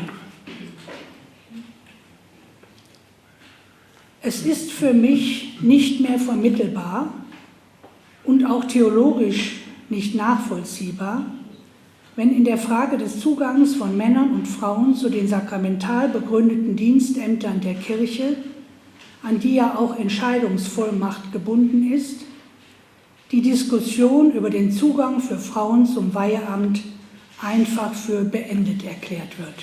Siehe, was du sagst, die Einlassung von Papst Johannes Paul II.,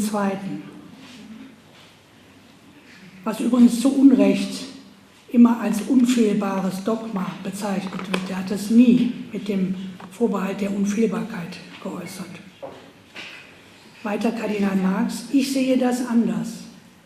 Ich kann mir für die Zukunft schwerst vorstellen, dass wir eine synodale Kirche entwickeln, in der vielfältige Wege der Beratung gegangen werden, auf denen Männer und Frauen zusammenarbeiten und diskutieren und dann am Ende nur ein kleiner Kreis von Bischöfen, die immer Männer sind, die Entscheidungen fällt. Ich empfinde es zunehmend als fremde Welt, ja als eine für viele Menschen immer merkwürdiger werdende Sonderwelt, die sich in unseren Bischofskonferenzen, in der Kurie in Rom, aber auch in Priesterseminaren zeigt. Hier ist schon viel in Bewegung, aber es muss noch mehr passieren. Im Kern sehe ich heute in diesen kirchlichen Orten stärker als früher ein entscheidendes Defizit. Ein Fehlen des aktiven Mittuns, Beratens und Entscheidens von Frauen.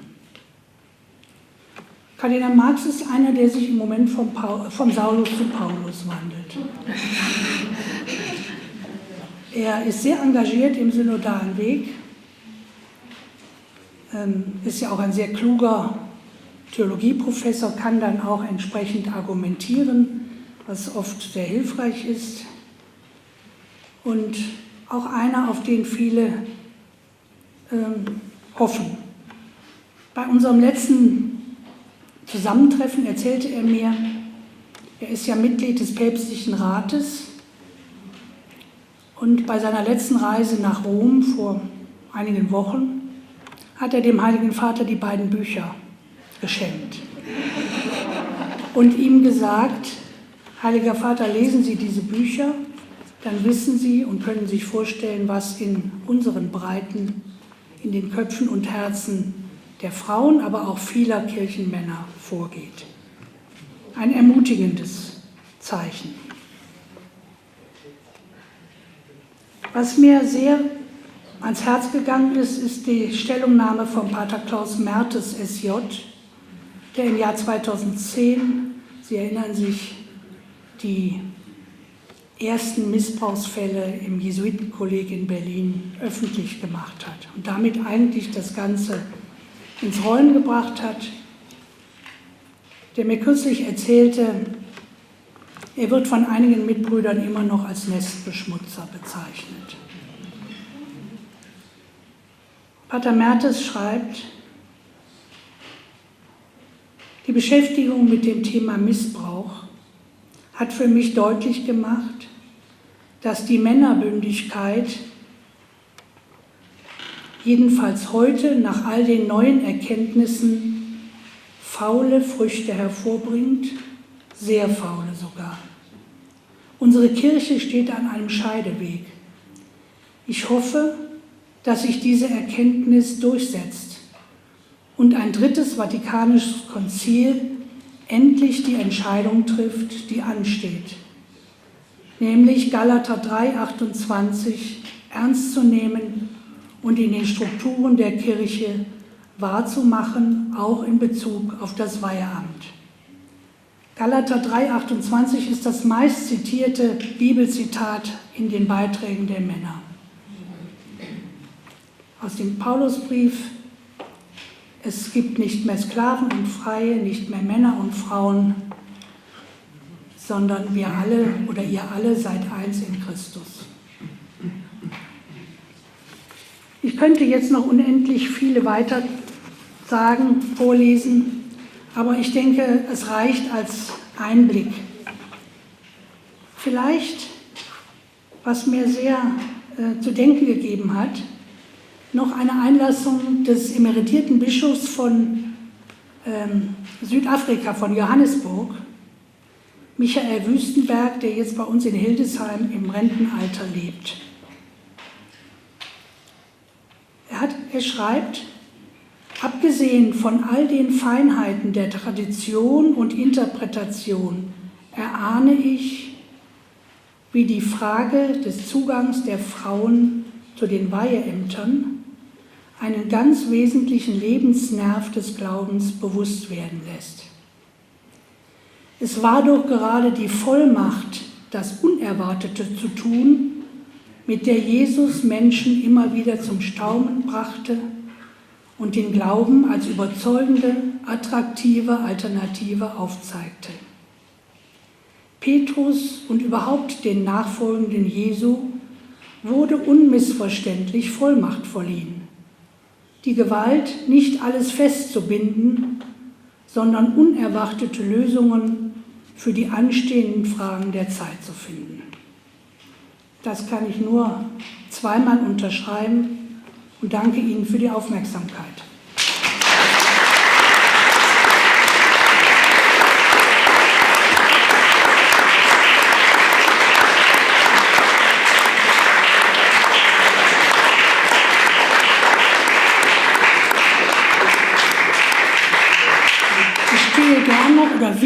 Wir stehen gern noch für Fragen, Anmerkungen, Kritik zur Verfügung, wenn etwas von Ihnen kommt.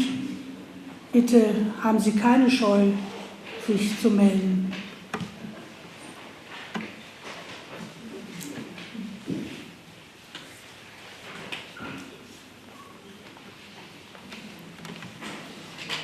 Alle sind sprachlos.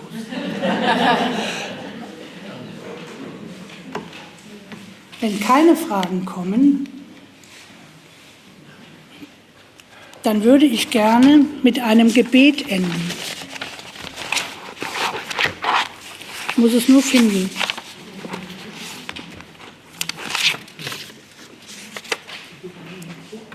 Wir haben bei uns im synodalen Weg ein Gebet, das wir dreimal täglich bei den Zusammenkünften beten.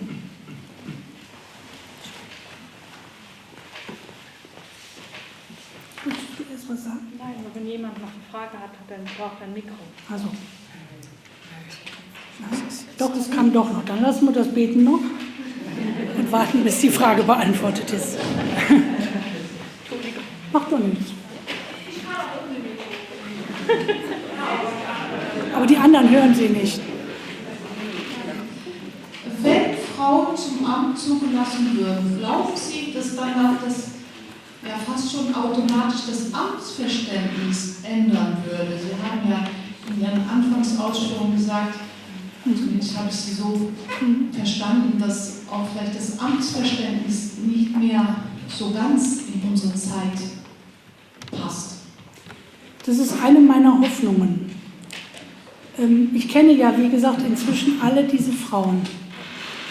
Ich sage es ganz offen, einige von ihnen würde ich nicht so gerne als Priesterinnen sehen, weil ich die Gefahr sehe, dass wir dann zu einem Frauenklerikalismus kommen.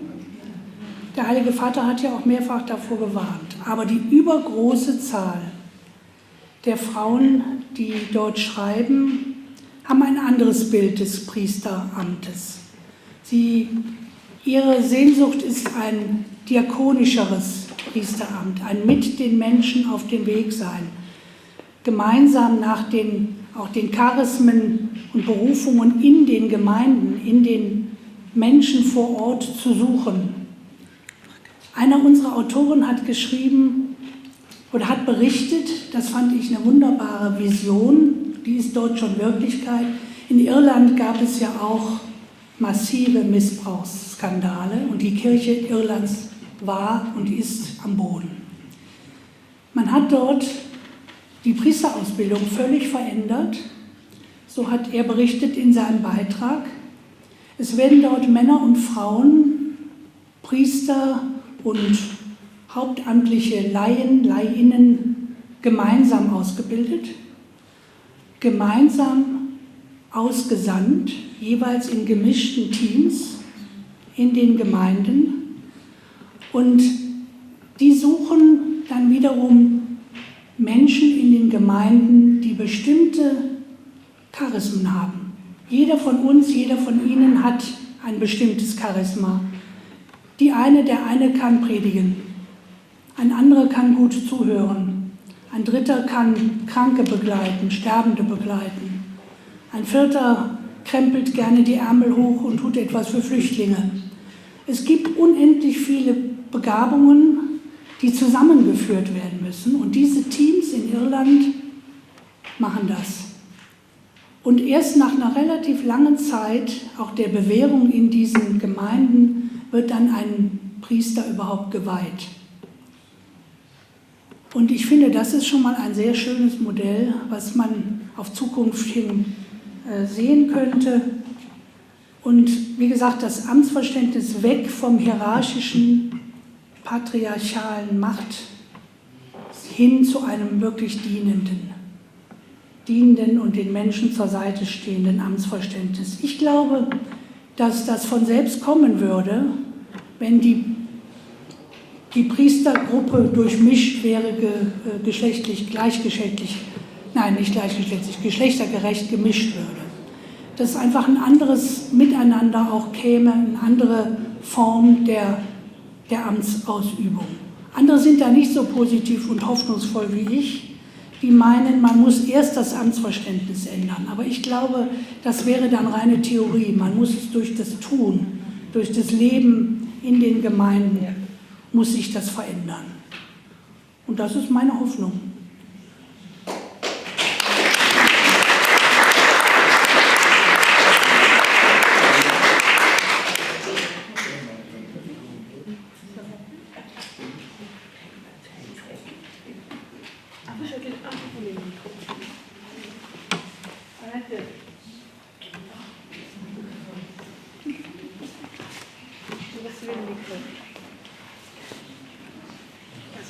Je remercier une bénédictine et m'adresser à elle comme bénédictin.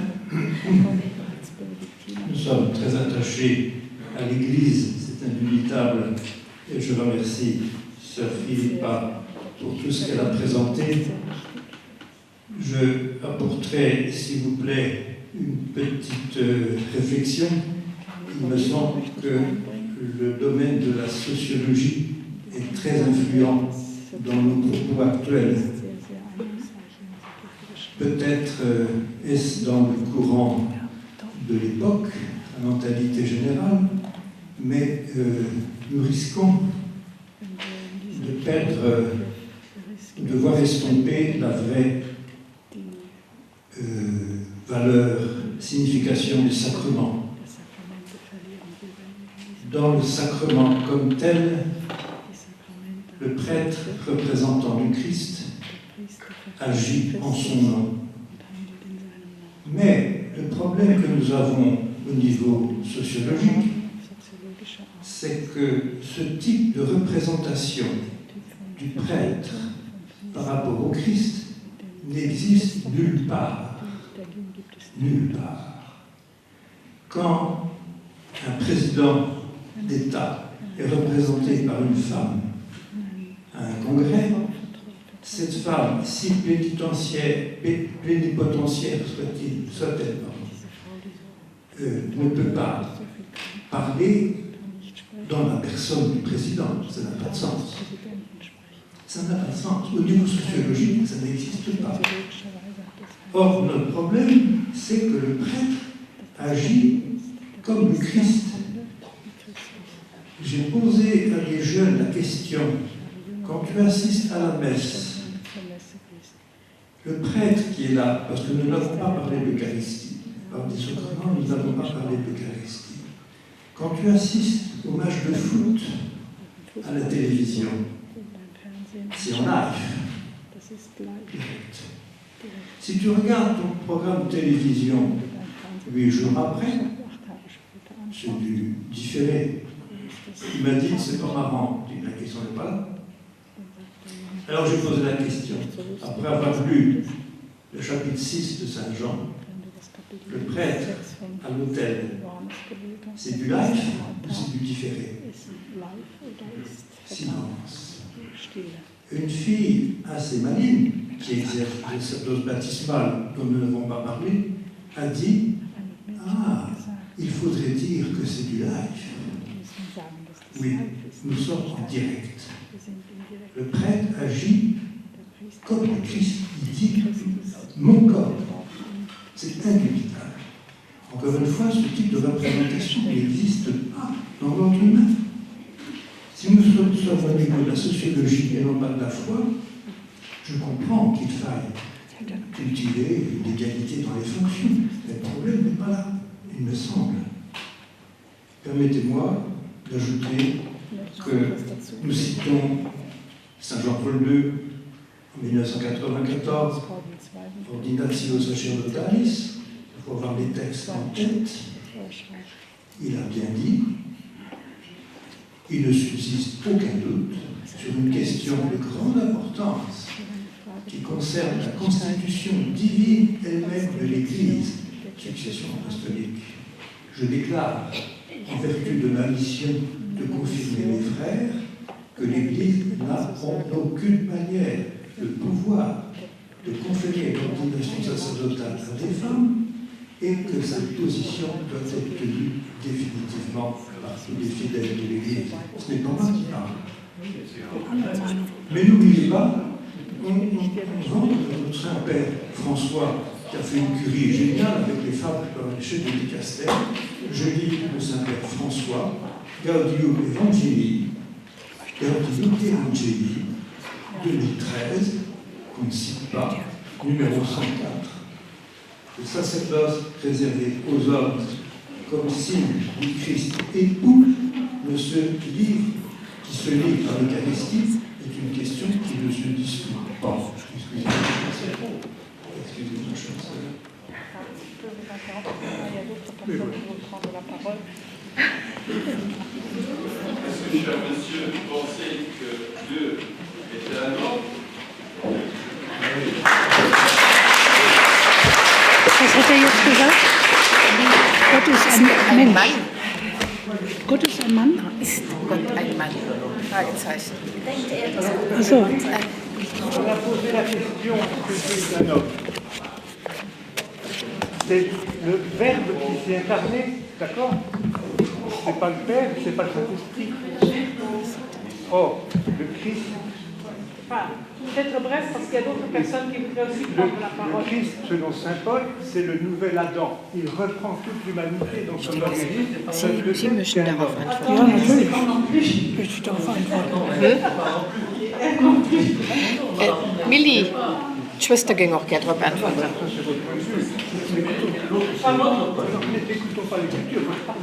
C'est sœur Philippa qui aimerait bien parler encore, pardon. Ich möchte zumindest auf 2 Punkte gerne eingehen. Der Vater Abt weiß wahrscheinlich auch, dass dieses Wort von Johannes Paul II. In seiner Verbindlichkeit in keiner Weise von allen gleichermaßen anerkannt ist. Und bekannterweise sind Denkverbote immer dazu angetan, das Denken zu beflügeln. Das wollte ich dazu sagen. Aber mir sind 2 andere Punkte viel wichtiger. Sie sprachen von den Sakramenten. Mir ist die sakramentale Struktur unserer Kirche sehr wichtig. Ich liebe die Sakramente und glaube daran, dass sie Heilszeichen, Zeichen der Zuwendung Gottes zum Menschen sind. Bei uns ist aber die Tendenz dahingehend, dass wir in nicht allzu ferner Zeit keine Priester mehr haben werden, die die Sakramente spenden. Und für mich ist die sakramentale Struktur der Kirche wichtiger als die Zugangsberechtigung zum Priesteramt. Das Zweite, es gibt, das empfehle ich Ihnen wirklich zur Lektüre, in der sehr renommierten Reihe des Herder Verlages Questiones Disputate gibt es den neuesten Band zum Thema Christusrepräsentanz. Dort wird von vielen sehr gebildeten, sehr klugen Theologen und Theologinnen die Frage erörtert, wer kann Christus repräsentieren? Und sie kommen am Ende zu dem Ergebnis, dass Christus von beiden Geschlechtern gleichermaßen repräsentiert werden kann und muss. Und das ist für mich einleuchtend. Ich bin selber keine Fachtheologin, aber ich habe es mich durchgekämpft durch den Band. Er ist lesenswert. Da werden viele Argumente widerlegt, die bisher gängig und gültig waren. Das wollte ich dazu gerne sagen. Danke.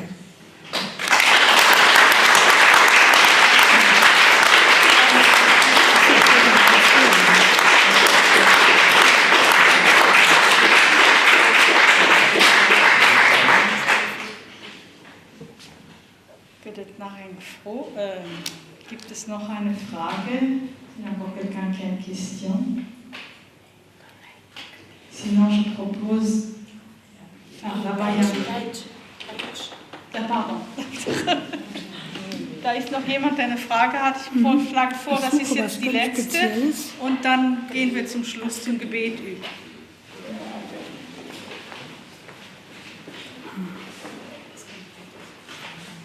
Nur eine kleine Bemerkung, eigentlich, also Sie haben es ja auch schon angesprochen. Ich denke, dass es genauso wichtig ist, mit der gleichen Überzeugungskraft, mit dem gleichen Elan, dann auch dafür zu plädieren, dass Laien zum Beispiel oder auch Priester, die sogar geweiht sind, die dann sich doch anders entscheiden für einen anderen Lebensweg mit einem Partner oder einer Partnerin, dass auch die zum Priesteramt das ausüben können. Dass nicht einfach das ein Hinderungsgrund ist. Das sind auch Menschen, die das Charisma haben. Natürlich. Ganz sicher. Ja. Vielleicht sind das die besseren Priester. Ja.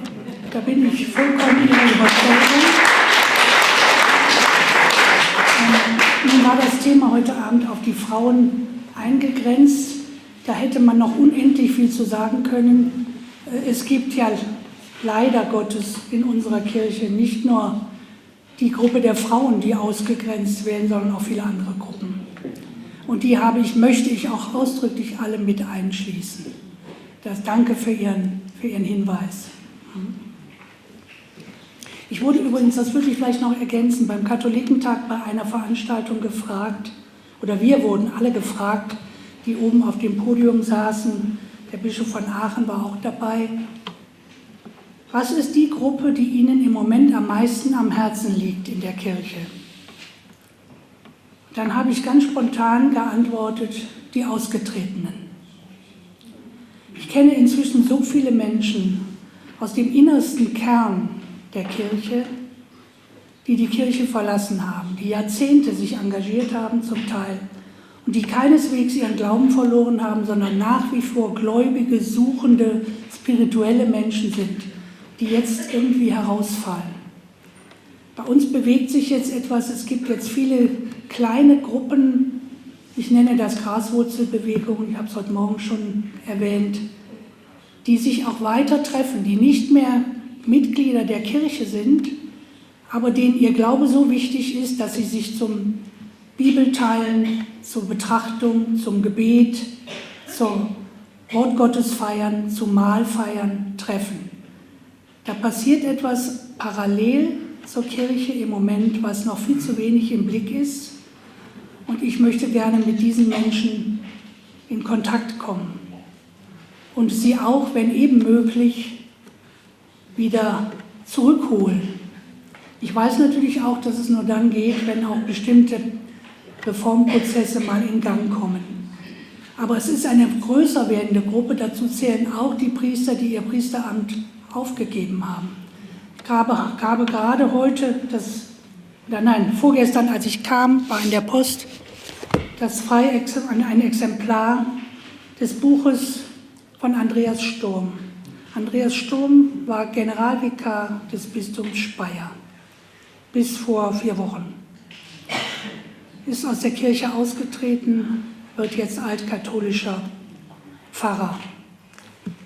Auch das ist ein erschütterndes Zeugnis. Ich kenne ihn persönlich. Er hat einen Beitrag in dem, sag mal, Männerbuch geschrieben. Ein sehr engagierter Seelsorger und Priester, der die Hoffnung verloren hat. Und auf der Seite 66, damit runde ich jetzt das Thema nochmal ab, auf der Seite 66 schreibt er hier: Als ich in dem Buch, weil Gott es so will, die vielen Zeugnisse von berufenen Frauen gelesen habe, wurde mir mein Versagen und viel zu langes Schweigen noch einmal sehr deutlich vor Augen geführt. Der Heilige Geist schenkt seiner Kirche wunderbare Berufungen großartiger Frauen und wir sind so borniert, dass wir das nicht sehen und einfach negieren. Seelsorge findet dafür in immer größeren Räumen statt und die immer weniger werdenden Priester, die in der Seelsorge arbeiten, zerbrechen an ihren Aufgaben. Das macht mich wütend und fassungslos. Was nehmen wir uns da eigentlich als Kirche heraus? Warum halten wir es nicht wie Paulus, den man doch auch sonst immer so gerne zitiert, mit dem Galaterbrief, da kommt es wieder. Da gibt es nicht mehr Juden und Griechen, Sklaven und Freie. Da gibt es nicht Mann und Frau, denn ihr alle seid eins in Christus. Soweit Andreas Sturm. Und nun das Gebet, ein kurzes Gebet. Das Gebet unseres synodalen Weges.